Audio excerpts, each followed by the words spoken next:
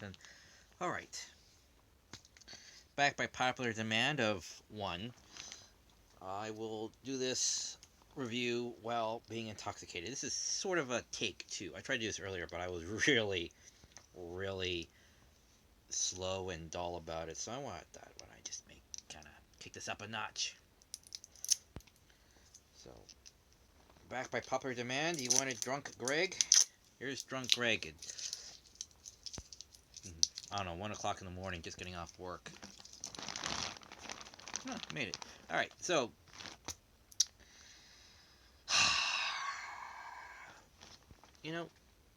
Kind of stopped and thought about it for a bit, and for the first time in my life, I'm actually embarrassed to be an American.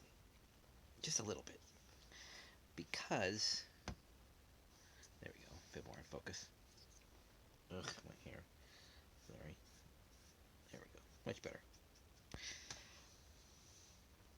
Because apparently a bunch of, I don't know, what do you call them? Mouth breathers? I don't know. But a bunch of people decided to storm the Capitol building. Because Donald Trump said, kinda, but mostly implied and inserted, or inferred, to do so. Boy, was that embarrassing. And when those that gave interviews, they didn't sound very intelligent to me. They wasn't even answering the damn question. They think they could just do this. That they're, allowed. That they have the right to do this. To protest and do what they did. Quite frankly, they're scared of the shit out of people, but honestly, they're protesters, not terrorists. There is a difference. They're just over exuberant. But when you hear people storming the building, yeah, it tends to get people a little scared. But I'm surprised anybody actually got shot at all, honestly. And I mean, this guy is president.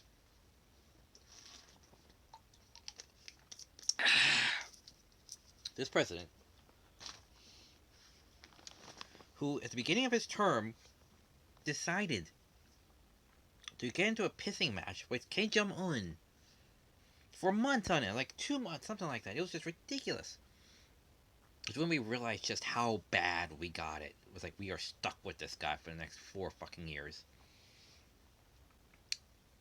Is when he got into that pissing match, and I was getting a bit concerned about this. It's like, why is he like aggravating Kim Jong Un?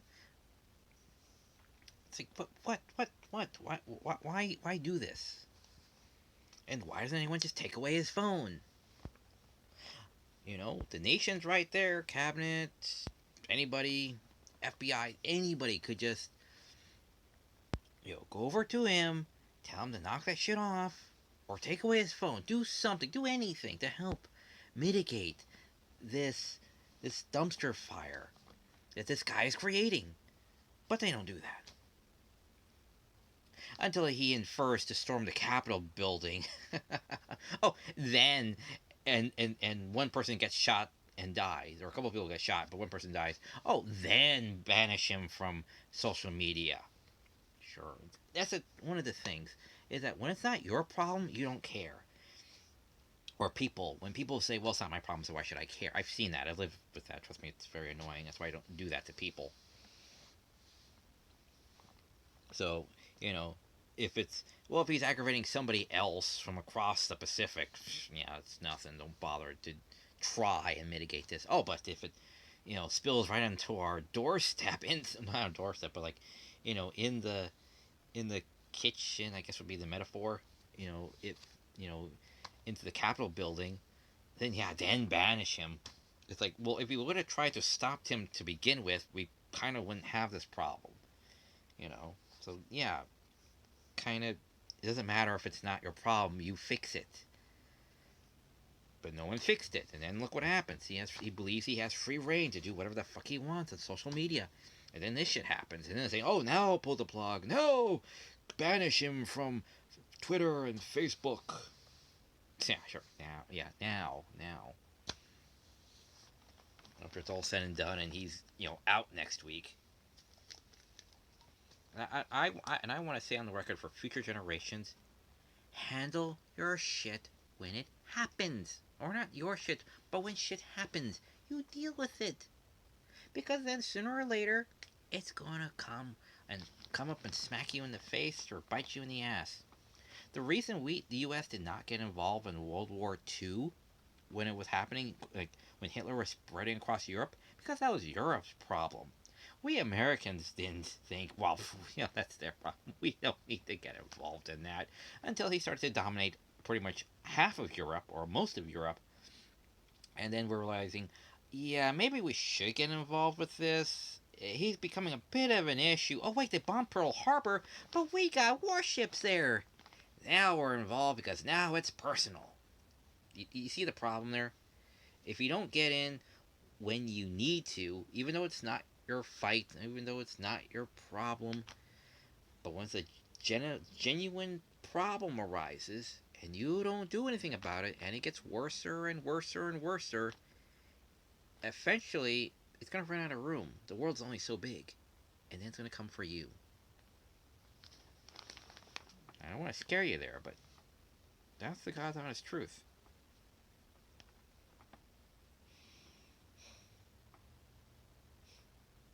And the sad part is, not the humorous part. The sad part is that these mouth breathers that are considered Trump supporters that that stormed the building, they're not intelligent enough. And I say they're not intelligent enough because they don't realize that they're being screwed. That their leader has been screwing them over for 4 years.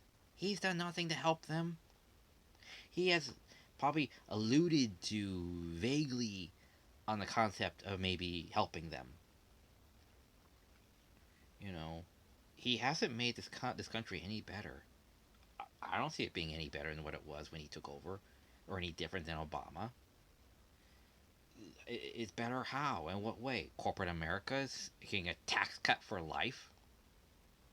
Well, it might be good for them, but what about the rest of us? Well, we got that one tax break. That's it. And then a couple of other things that he kind of sort of did that I don't recall any of it ever helping us or making us look good. You know, he's just been embarrassing himself for 4 years. Excuse me.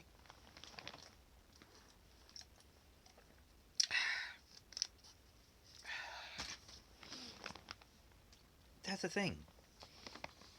He's been embarrassing himself all this time, and it is just cringeworthy. Just saying, just another, splash page banner headline of Donald Trump did this or he said that, and it's like, oh my God, this is just humiliating. Of course, it's giving SNL, writers a ton of material to work with, which like Clinton. For the love of God, man, it's just embarrassing. It is. It's just simply straight up, bottom line, embarrassing to the rest of the world this that the free nation, is being run by a snake oil salesman, basically.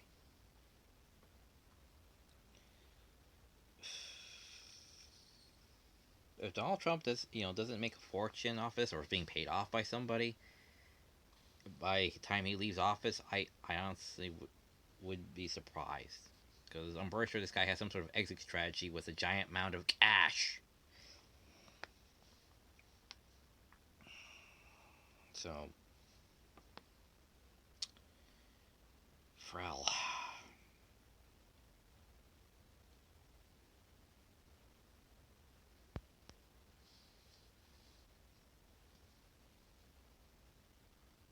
Oh, and Bitcoin's being volatile again, so you know.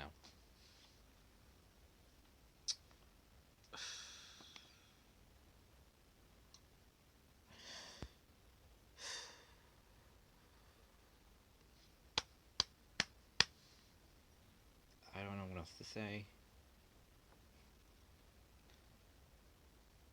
It was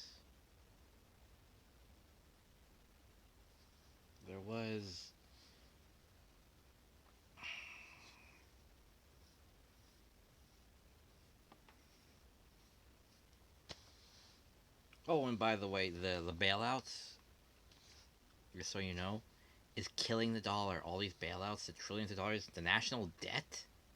If people actually knew what that number was, dude, you'd be like, what? And we're going to pump out another $2,000 to the American people, which would help, but then in the short run, but then in the long run, it'd be killing it. If the anime, was it Sea Control, I think it was called, the one about the money, and if people realize the concept of sacrificing the present for the future, or sacrificing the future for the present, you know, you have to understand how that works. And you can't keep sacrificing one for the other a little bit more, and a little bit more, and a little bit more, and a little bit more. You know, this exception and that exception. Next thing you know, it all comes crashing down. Financial market, anyone? 2006, 7, and 8? And then afterwards, all that shit? And all that started in the late 70s with the advent of the credit card because we gave it to a bunch of teenagers. People growing up without the concept of responsibility. Buy now, pay later. All that default, all that debt we've been racking up for almost 30 years. And then, what? That has to come from somewhere. It has to be paid back somehow. You know, the national debt's only getting worse. We don't make anything here anymore. Nothing's American made, other than problems and drama. So I wouldn't be surprised by the end of the decade that the dollar is going to be quaint. It's the quaint little thing we had, or it's just a quaint little thing. The dollar. Saw the graph. We're on the other side of the hump, so we're like here or something like that. So we have a good ways to go before the dollar is just basically worthless paper, like a lot of other currencies. But still, it's like, man, I can't believe it's gotten this far. It's come to this, and we're still going to just keep printing, like writing a check. Like it's like we could still do it. We could still keep writing checks. We get them in the mail, so we could just keep writing them. And it's nothing. If we tax the rich, would solve so many financial problems with this country. But we don't, because we cater to them. The billionaires, the millionaires, they don't pay taxes. Their money isn't in our banks. As long as it's not on American soil, owned by an American company, hey, it's not taxable. Out of sight, out of mind. So,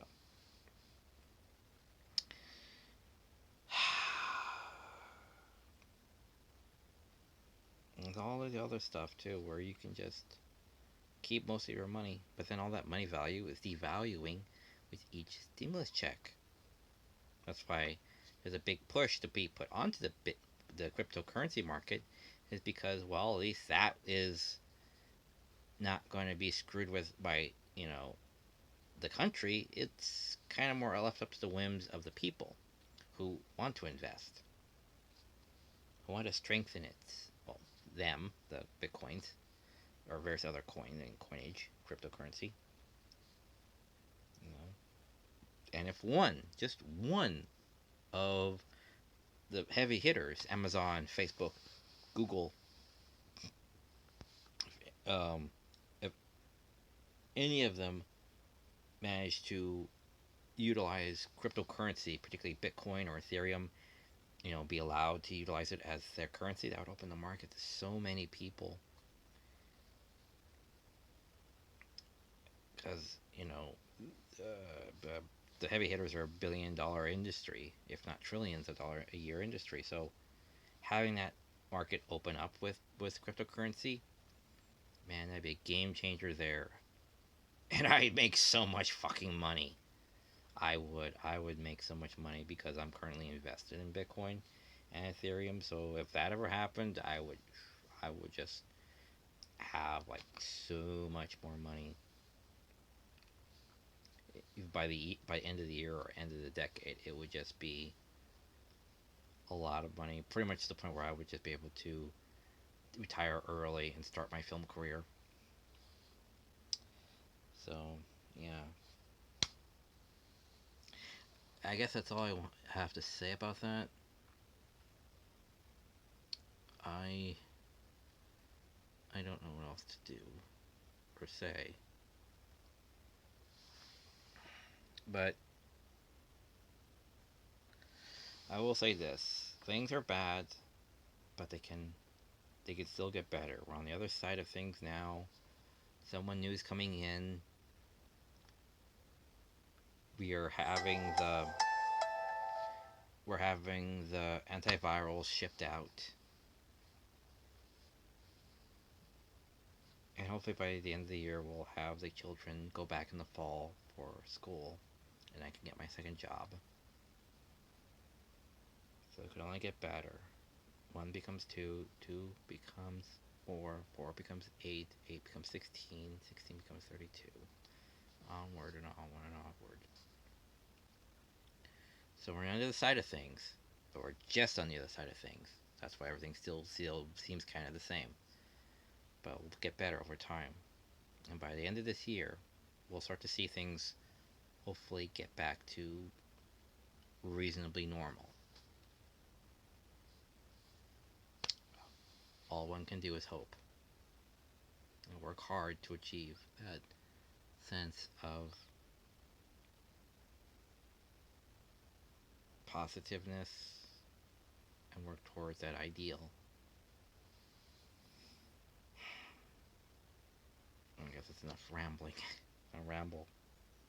Ramble because I'm shy. I don't know where's too little or too much to talk.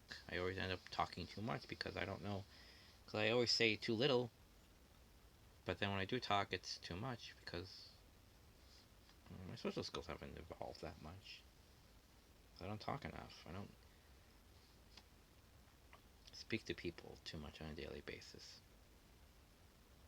So when I ramble, I just ramble because I don't know when to stop. Not that people get annoyed with me. Just, I get annoyed with myself because I don't know when to stop. Because that sounds like an incredibly needless, statement. This is an entirely needless statement. I need to say that. I just need to say, hey. But that's all I do say is, hey. You know? So finding that fine line between enough dialogue is rather a bit hard for me at times. That's something I still need to work on going forward. Now, if you excuse me, I'm going to watch some movie here. Let's see. I got Lucas, Clerks, widescreen version of The Rookie. Yeah, these two actually work together. Or the old classic, since Christmas was a little while ago, the Christmas Vacation. Or almost old classic, Care Bears Movie 2.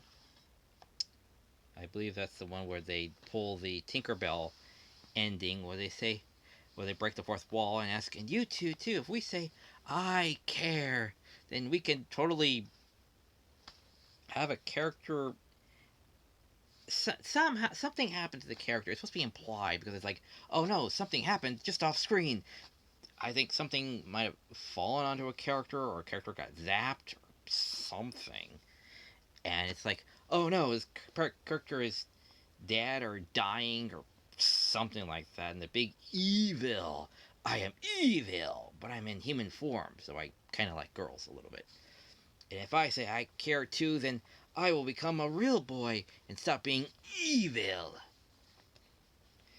You know, so they pull the whole Tinkerbell clap thing, with the audience to resurrect a somehow injured or dead character. I have no idea. And so that works. I thought that was silly when I was a kid too. So, And there's this thing, still wrapped in plastic. Onward Ho. I have no idea what the art style is like. Oh, here's something. Nerdland. Finally got that on DVD. Yeah. Well, comparing that with Immigrant, I think it's rather interesting. Could have sworn it had a different ending, but I'll figure that out eventually. And, oh, here's something I don't think I've had before. Black Arrow. I guess it's some sort of King Arthur something or other.